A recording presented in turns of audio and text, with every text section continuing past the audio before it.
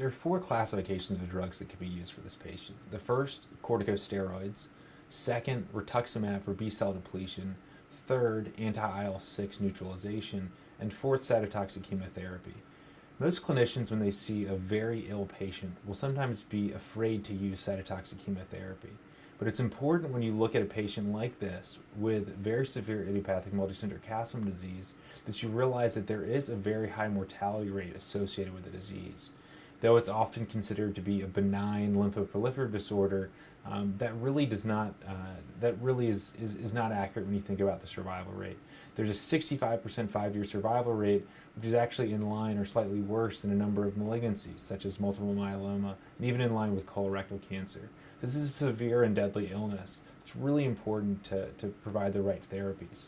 When you think about which of those four classifications of drugs to use, it's important to realize that only one of those classifications of drugs has an approved therapy in the US and the EU.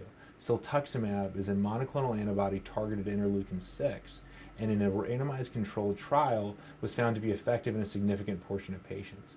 So for most patients with idiopathic MCD, and when you think about the totality of evidence related to different therapies, it's very important to consider ciltuximab as an option.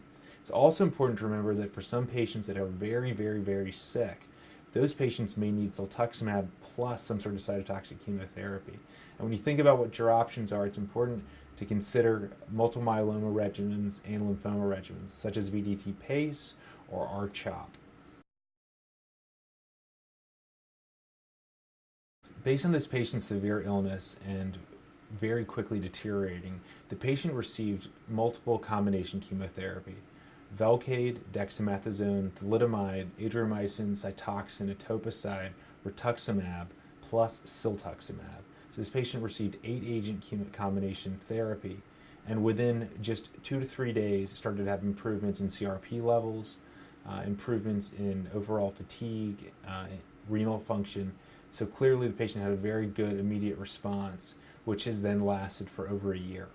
When you think about these patients, it's really important to consider what kind of maintenance therapy they may need, because unfortunately, while cytotoxic chemotherapy in combination with anti-interleukin-6 therapy can be effective in the short term, it's really important to consider a maintenance therapy to try to prevent future relapses.